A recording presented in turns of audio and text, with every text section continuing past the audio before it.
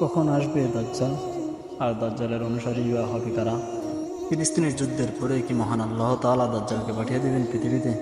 দাজ্জাল আসার কতদিন পরে আসবেন ইমাম মাহদী? এ নিয়ে রয়েছে আমাদের সাধারণ মানুষের মনে অনেক প্রশ্ন, ভয়। তাহলে চলুন শুনে আসি ইসলামিক স্কলার্স এবং বক্তারা কি বলে এই বিষয় নিয়ে। দাজ্জাল কবে আসবেন এবং ইমাম মাহদী দাজ্জাল আসার কতদিনের মধ্যেই পৃথিবীতে আবির্ভাব হবেন?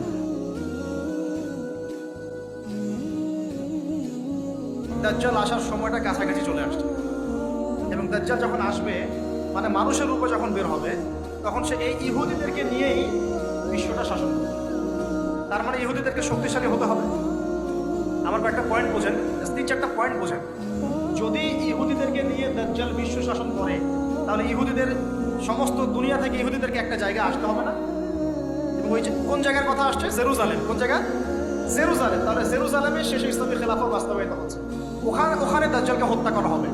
ওই জায়গা থেকে যদি দাজ্জাল বিশ্বকে শাসন করতে চায়, তাহলে সব ইহুদিদেরকে জেরুজালেমে আসতে হবে কিনা? এটা ওই 14 থেকে 18 সালেই হয়ে গেছে। তারপরে আস্তে আস্তে 48 সাল পর্যন্ত বাকি যেগুলো ছিল সব চলে আসছে। দাজ্জালের নাম তো আপনারা শুনেছেন।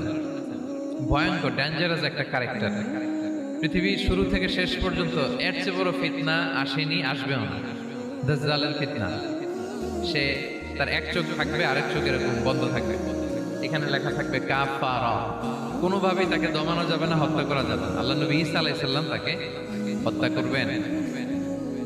তো যে ব্যক্তি সূরা কাহাফ তেলাওয়াত করবে, সূরা কাহাফের প্রথম 10 আয়াত বিশেষ করে মুখস্থ রাখবে, আল্লাহ তাআলা উসিমা মিন ফিতনাতিদ দাজ্জাল, দাজ্জালের ফিতনা থেকে তাকে বাঁচাবেন।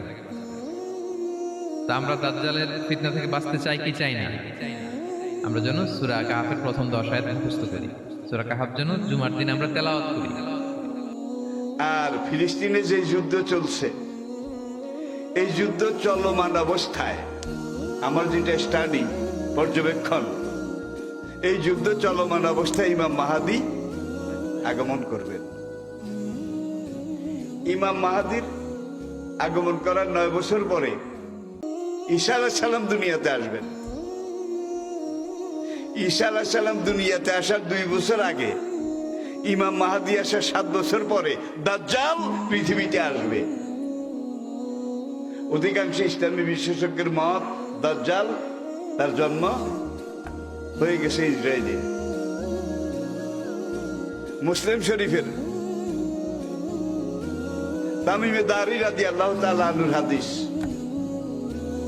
সহিহ মুসলিমে, সেই হাদিসের ভাষ্য অনুযায়ী তামিমে দারি আর তার সঙ্গীদেরকে দাজ্জাল যেই কথাগুলো জিজ্ঞাসা করেছিল, বাইশানের খেজুর বাগানে খেজুর আছে কিনা, তাবরিয়া উপসাগর, ইনসাইক্লোপিডিয়া ব্রিটানিকা যেটাকে বলেছে sea of Galilee, sea of Galilee, সেখানে পানি আছে কিনা, জোগাড়ের কূপে পানি আছে কিনা। ঠিক একই হাদিসের শেষ দিকে নবী বলেছেন, ফজরের নামাজের আজান হবে, সিরিয়ার পূর্ব দিকে একটা শহর হবে, শহরটার নাম হবে গৌতা। গৌতা গাইন ওয়াও তোয়া গুলতে, গৌতা।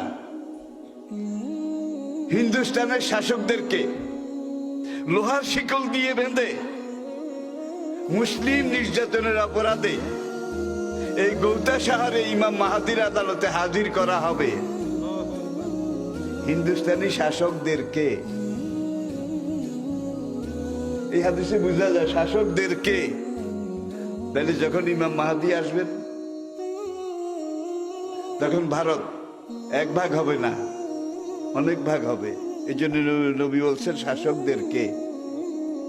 মহান আল্লাহ তাআলা যেন আমাদের সকলকে দাজ্জালের ফিতনা এবং দাজ্জালের ওয়াসওয়াসা থেকে রক্ষা করে। আজকের ভিডিও এই পর্যন্তই। আসসালামু আলাইকুম, সবাই ভালো থাকুন। দেখা হবে পরবর্তী কোনো ভিডিওতে।